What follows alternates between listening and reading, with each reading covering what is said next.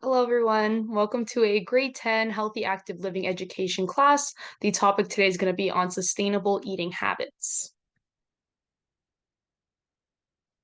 So these are the curriculum expectations that we're going to be focusing on. These are pulled straight from the Environmental Education Ontario curriculum.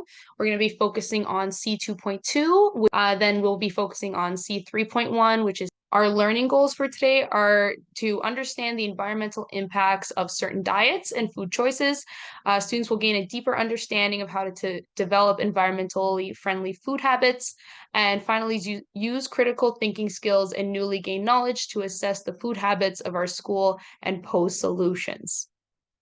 So on today's agenda, so for the Minds On activity, it's an arm link activity about personal eating habits. So what's going to happen is the instructor is going to stand at the front of the room, share a personal eating habit, and then whichever student also shares that eating habit can come and then link arms with the instructor. Then that student will then share a personal eating habit, and then whoever of the students also shares will come up and link arms. Only one student can link at a time.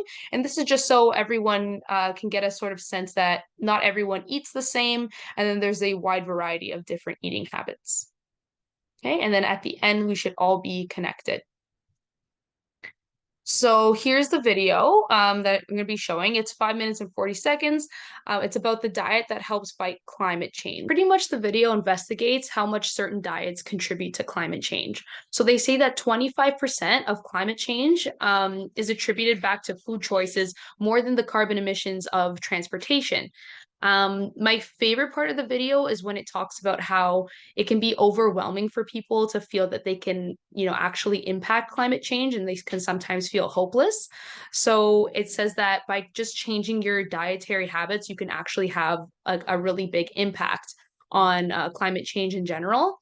And this is why I thought it was really interesting to add to our lesson because it really helps with our students' eco anxiety by giving them agency that they can actually really impact global warming.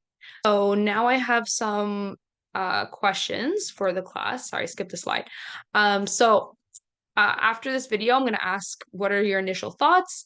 Is this information surprising at all?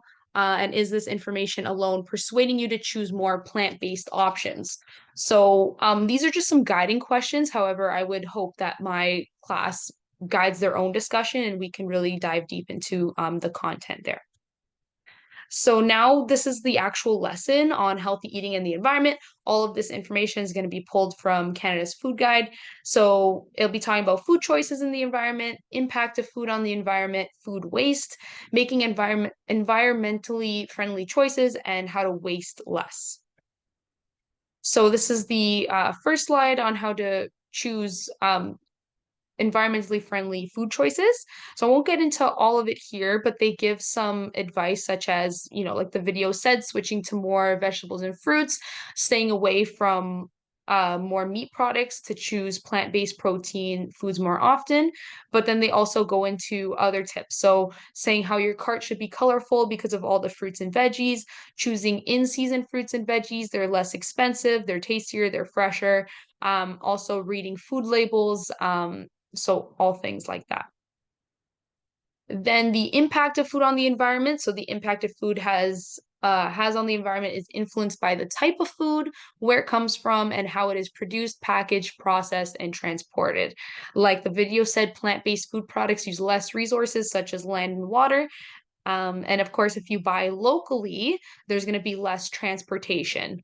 So you also reduce your greenhouse gases like that as well. Then Canada's Food Guide goes into food waste. So food waste can occur at any point in the food system. However, almost half of our food waste happens at home. Food thrown out as garbage ends up in landfills, which produces methane gas. Also, if the food is wasted, it means that the land, soil, water, and all the other resources that were used to make the food were also wasted. So food waste can happen by improperly storing food, which can lead to it going bad quicker. Preparing too much food can lead to it going bad before it's eaten. And then improper planning before the grocery shopping could lead to food that is not wanted and then thrown out and ended up in landfills. Next, it goes on to making environmentally friendly choices. So, in general, not just food choices. So, for example, they say, of course, to choose the plant-based foods, like we've been talking about, carry a reusable water bottle with you, use reusable grocery bags when shopping, using reusable containers to store food. So, they give a whole bunch of tips on this idea of environmentally friendly choices. So finally, Canada's food guide talks about how to waste less. And pretty much they want you to think about how you can reduce food waste when you are planning meals and buying food, cooking and preparing food, storing food, and eating out. So all these different sectors, how you can reduce food waste at each one of them. So after I give the students a little bit of background, I'm going to ask them what other sustainable food habits do they have, and then hopefully we can create a discussion about, you know, things that aren't just on the slides. So for example, let's say if a student meal preps, then they would be using less energy because they're cooking all at once instead of all throughout the week. So any sort of environmentally sustainable habits that my students have, we can all share with each other and then gain a deeper understanding of what that means. Okay, so finally we have our infographic activity. So in groups of three, I'm going to have everyone create an infographic depicting one environmentally friendly food choice or habit and why it is beneficial. So I just gave some examples here for them to look at, but these depict more than one habit or choice. I would want them to stick to one and then go into how it is beneficial for the environment. And then, of course, they would have the things in mind from Canada's food guide on what it means to be beneficial for the environment. Then at the end of the class, they would share. So everyone would share their infographic so we can all gain that knowledge that everyone went out and researched.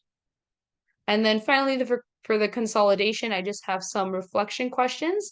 So they can go off and do this for homework. But how is our school supporting or opposing sustainable eating habits and what can be done? So this can also give me information if learning actually took place. So if they're able to apply the knowledge they learned to these questions and then see if they can come up with some potential solutions. And here are my references. Thank you.